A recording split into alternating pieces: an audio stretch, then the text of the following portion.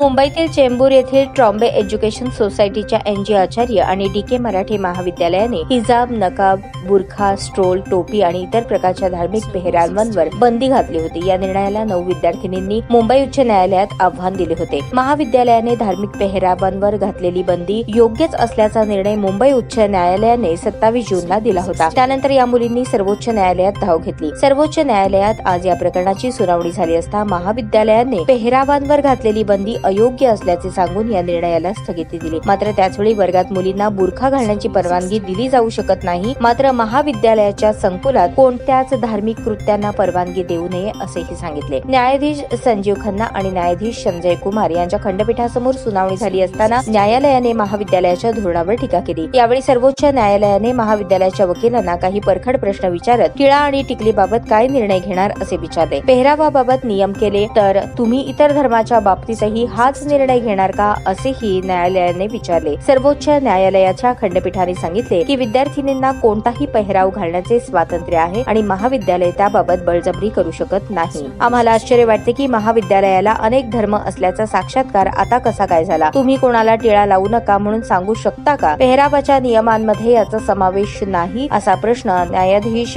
संजय कुमार यांनी महाविद्यालयाच्या वकिलांना विचारला असल्याचे वृत्त दिले आहे। न्यायाधीश खन्ना यांनीही महाविद्यालयाच्या भूमिकेवर प्रश्नचिन्ह उपस्थित केले। ताज्या बातम्या पाहण्यासाठी प्राईम महाराष्ट्र न्यूज चॅनलला सबस्क्राईब करा।